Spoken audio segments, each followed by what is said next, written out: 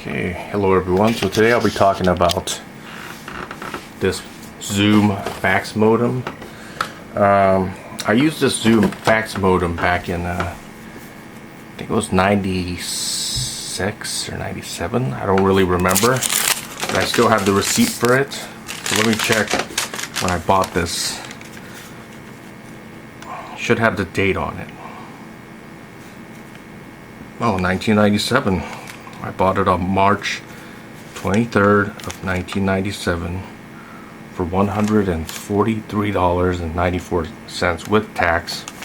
That was like $132.97 before tax, just for this modem. I also did buy a phone cord, 25 foot, for $2.99. I bought a serial cable, 6 foot, for $9.99. So the actual modem costs about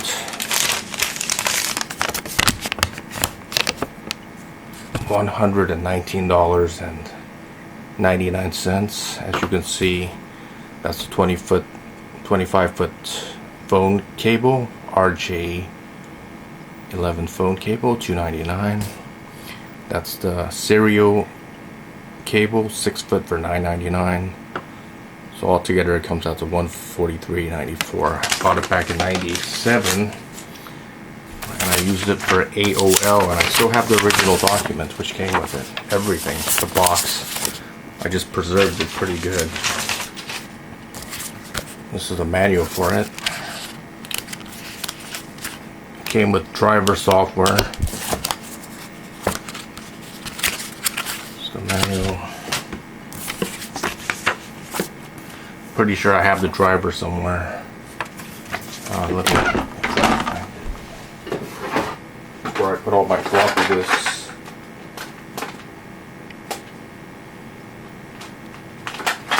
Yes, I even have the original software which came with it. These are the drivers. That's disc 1 and that's disc 2. Have everything that came with it. This is for promoting, I think, CompuServe, ISP service, dial-up.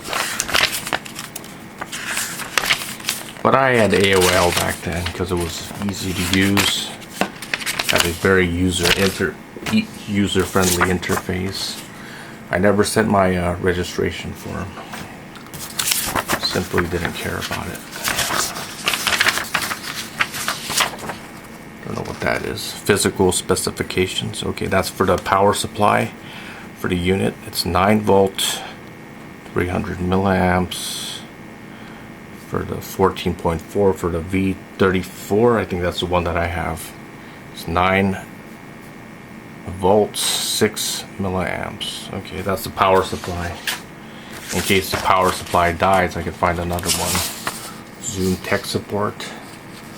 I wonder what happens if you call this number. Probably nobody picks up because it's no longer active. I'm pretty sure about that. Limited warranty. I think this is the manual for it. Owner's manual for that. This modem was capable of, I think, 33.6K. It's not a 52K modem, 56K modem. Fairly easy to set up. Mine was an external unit, so I didn't have to put it into a ISA or a PCI slot. I wonder why they gave me this. This is for the one with the, this is for the card, not the parallel port version or serial port version. This is how you set it up. Pretty straightforward. It's not very difficult to do.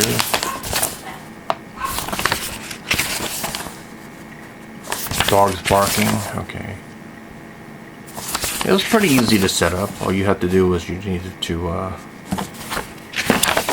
run the driver discs, and that's all you have to do pretty much. That's came with this box right here. I still have the modem in there. It says hard drive required. Came with two 3.5-inch floppy disk drives. I never upgraded it to 56K, which they claimed you could upgrade it to, upgradable to 56K.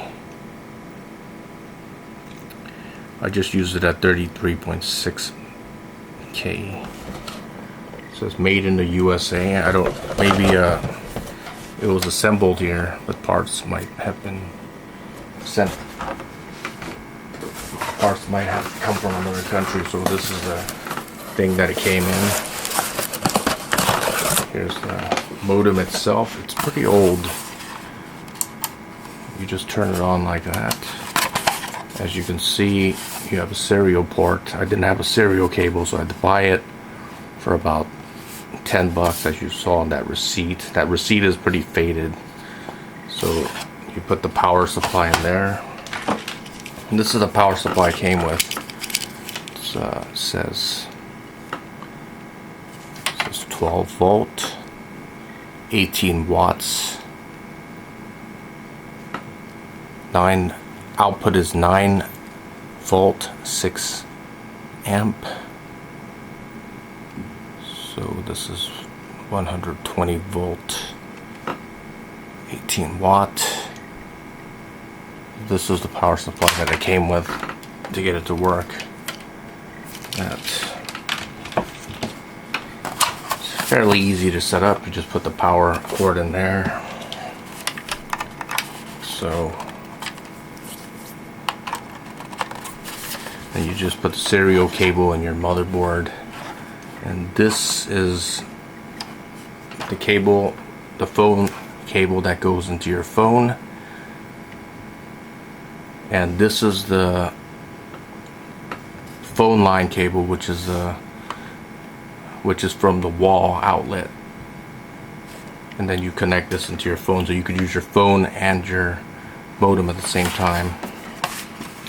It's in pretty good shape, considering how old it is. I never got rid of it.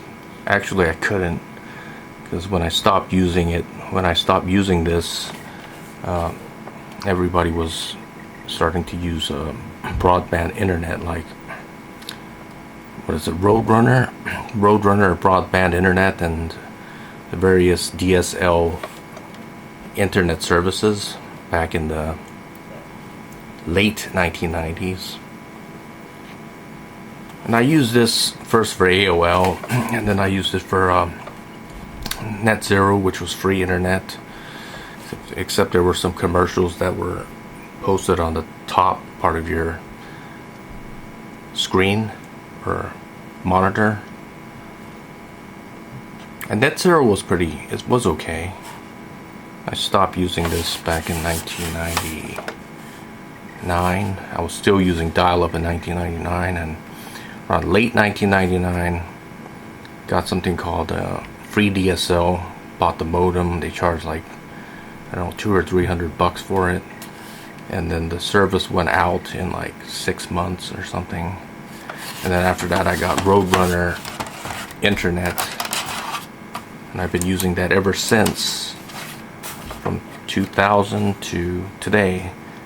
I think it changed from I think it was Roadrunner, that was Comcast, and then Comcast got bought out by Spectrum, and Spectrum is now my internet service provider. So yeah, this is basically the modem for it. So there were two types of models for it. One you could put into your computer via, I think it was PCI slot or ISA, I'm not really sure.